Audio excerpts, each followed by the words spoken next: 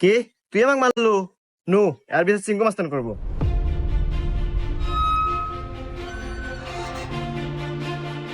চিঙ্কু মাস্তান ও আমাকে একটা থাপড় মারছে, আর বিচার দেন।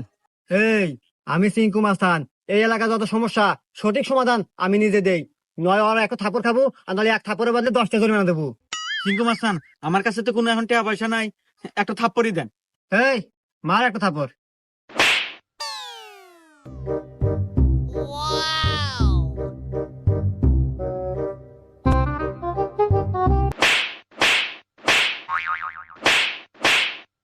এই যে আমি এখান থেকে যাওয়ার সময় 85 টাকা পরে পাচ্ছিলাম, তো ভাবলাম যে এখানে খরচ করে দিই।